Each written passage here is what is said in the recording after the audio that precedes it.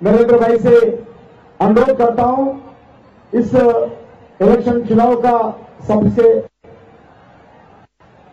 बात करने के लिए।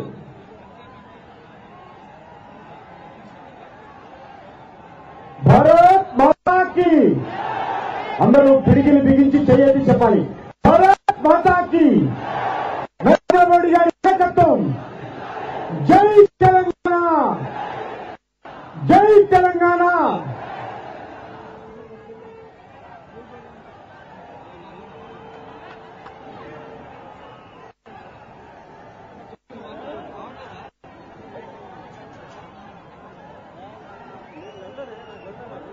ప్రధానమంత్రి అభ్యర్థి అయినటువంటి నరేంద్ర మోడీ గారు ప్రసంగిస్తారు।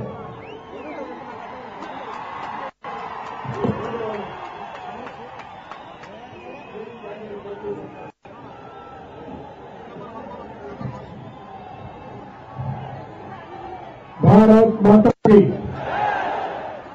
मंच पर विराजमान भारतीय जनता पार्टी के तेलंगाना प्रदेश के अध्यक्ष श्री किशन रेड्डी जी,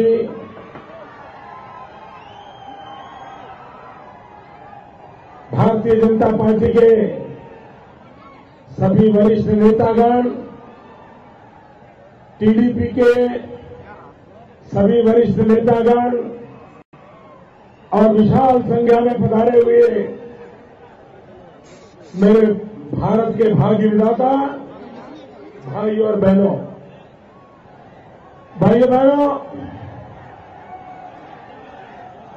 मैं 2009 में करीमनगर में चुनाव अभियान के लिए आया था। मैंने उस समय विद्यासागर राव के लिए आपसे वोट मांगे थे और करीमनगर के लोगों को याद होगा कि मैंने यहां जनसभा में कहा था और भारतीय जनता पार्टी के एक जिम्मेदार सिपाही के तौर पर कहा था अगर 2009 में आप दिल्ली में भाजपा की सरकार बनाओगे तो हम 100 दिन में तेलंगाना बना के दे देंगे। ये बात मैंने करीमनगर में कही थी, विद्यासागर राव की सभा में आके कही थी। भाइयों बहनों,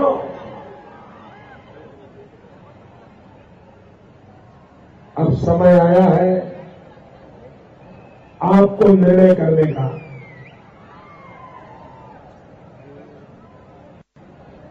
अब तेलंगाना बन गया,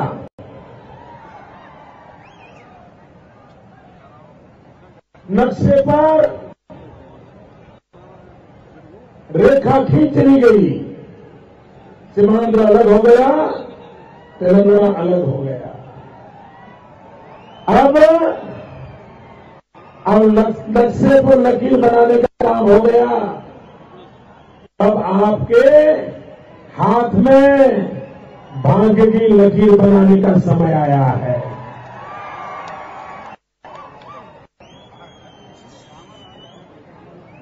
अब तेलंगाना का भला कौन करेगा? ये चुनाव तेलंगाना के लिए ये चुनाव सामान्य नहीं है। देश के लोगों के लिए भले असामान्य चुनाव हो, लेकिन असामान्य से भी असामान्य चुनाव है, क्योंकि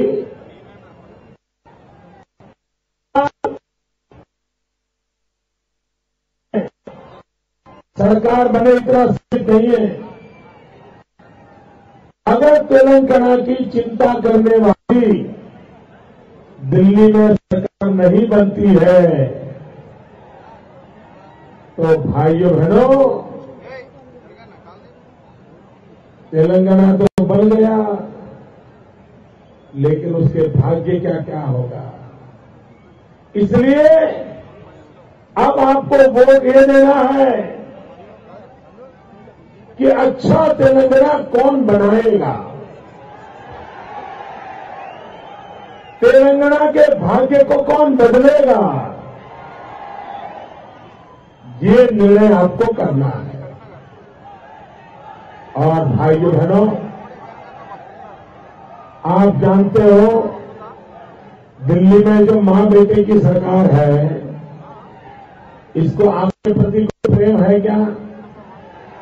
मुझे बताइए, ये कांग्रेस पे आप भरोसा कर सकते हैं? कांग्रेस पे भरोसा कर सकते हो? तेलंगाना बनाने के लिए 1100 लोगों ने बलिदान दिया है। ये 1100 लोगों को गोलियां किसने मारी? ये 1100 लोगों को किसने मराया? ये 1100 लोग शहीद किसके कारण हुए? क्या उनकी शहादत को भूल जाओगे? इतने जल्दी भूल जाओगे? तेलंगाना बनाने के लिए जो शहीद हुए हैं, उनकी मां को जरा याद करो, उसकी विधवा पत्नी को याद करो, भाई को खोने वाली उस बहन को याद करो।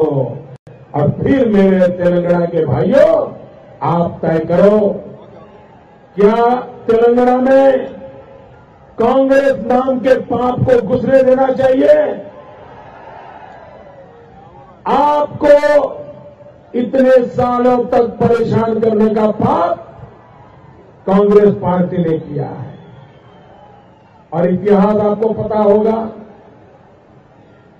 कांग्रेस के दिल्ली में जो परिवार बैठा है, वो मां बेटा कभी भी आंध्र हो या तेलंगाना उसको प्रेम नहीं कर सकते। पूरा लंबा इतिहास है। ये जो राहुल भैया है ना, उनके पिताजी राजीव गांधी हुआ करते थे।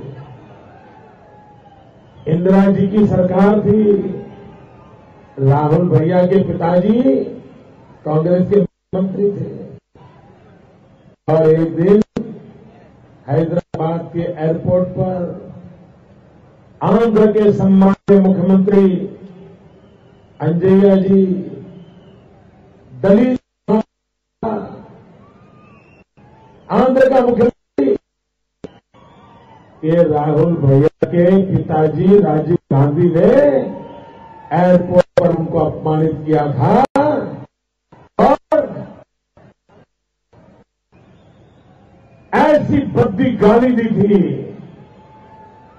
पूरा आंध्र गुस्से में आया था।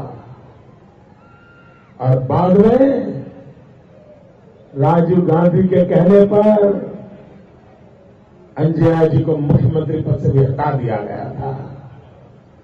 जिस परिवार ने आंध्र के ऐसा अपमान किया हो, भाइयों बहनों, नरसिम्हा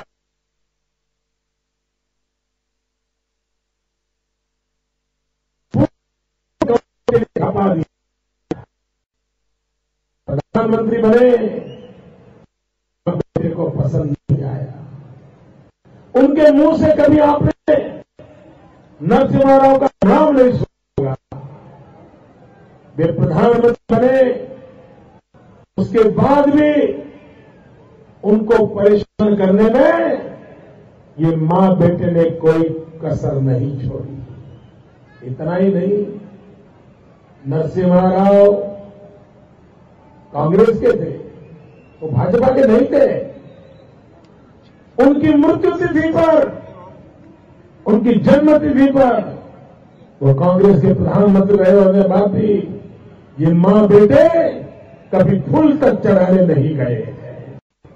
इनके मन में तेलंगाना हो या सीमांध्र हो, इस परिवार के मन में नफरत पड़ी है। और अभी तो उनको गुस्सा है कि तेलंगाना वालों ने हमें झुकाया है, हमारी नाक काटी है। अगर सरकार बनती है तो हम तेलंगाना को सीधा कर देंगे। क्या तेलंगाना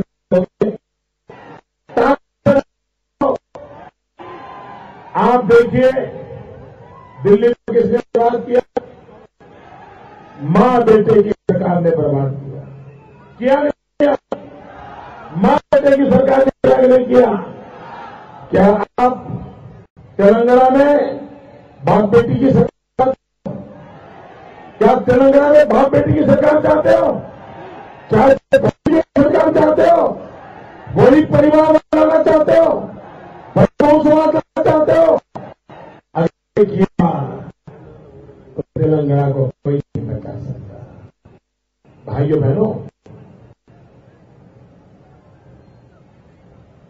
तेलंगाना बन गया, लेकिन इनका बनाने का तरीका ऐसा था कि बेटा तो बच गया, लेकिन मां को मार दिया।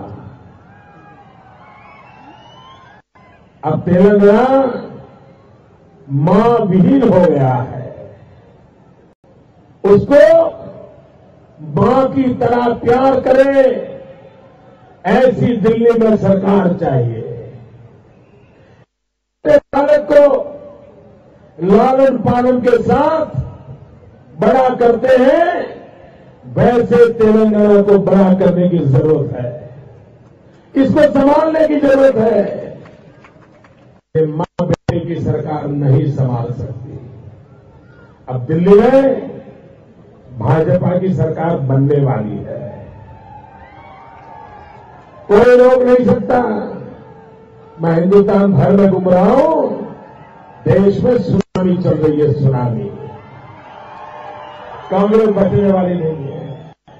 भाइयों बहनों, आपके घर में, गांव में बिजली के खंभे लग जाए, बिजली कारखाना हैदराबाद में लगा हो, लेकिन अगर तो हैदराबाद से बिजली एक हफ्तों में बिजली आ जाएगी। तार जोड़ना पड़ेगा, नहीं जोड़ना पड़ेगा? तार जरूरत पड़ेगी पड़ेगी। भाइयों बहनों, दिल्ली में मोदी की सरकार बन जाए, आंध्र के तेलंगाना के अंदर भाजपा की सरकार बन जाए, लेकिन दिल्ली और तेलंगाना के बीच में अगर तार नहीं होगा तो बिजली पहुंचेगी, लाभ पहुंचेगा, फायदा पहुंचेगा। इसलिए क्या करना पड़ेगा? आपको यहां से सारे के सारे एमपी बीजेपी टीडीपी के जिताकर दिल्ली भेजना पड़ेगा। अगर यहां से बीजेपी के टीडीपी के एमपी दिल्ली आएंगे तो दिल्ली में जो पावर हाउस है तो ताकत तेलंगाना में आएगी। और इसलिए भाई बहनों, तेलंगाना में भी भाजपा टीडीपी की सरकार बनानी है और दिल्ली में तेलंगाना के सारी एमपी जिता करके भेज रहा है, ताकि दिल्ली वाली सरकार तेलंगाना की भी जिम्मेवारी उठाए। और भाइयों बहनों, ये काम मैं अच्छी तरह कर सकता हूं। क्यों? क्योंकि आज भी तेलंगाना के 3 लाख लोगों को मैं सूरत में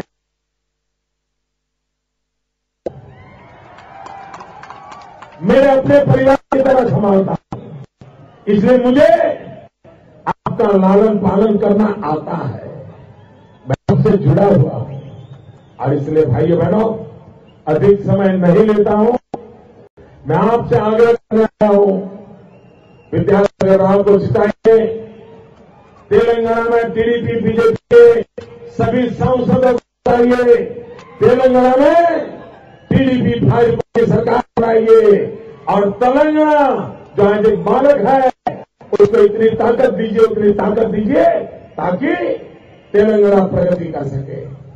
भाइयों बहनों, परिवारवाद की राजनीति से तेलंगाना को बचाना, देश को परिवारवाद की राजनीति ने बर्बाद किया है, तेलंगाना को भी ये परिवार की राजनीति बर्बाद कर देगी। उन पर भरोसा मत करना। मैं आपको विश्वास दिलाता हूं, आपके सपने मेरे हैं, आपके इरादे मेरे हैं, आपकी अपेक्षा मेरी है, आपकी आशा आकांक्षा पूरी करने में भारतीय जनता पार्टी कोई कसर नहीं छोड़ेगी। भारत माता की, भारत माता की।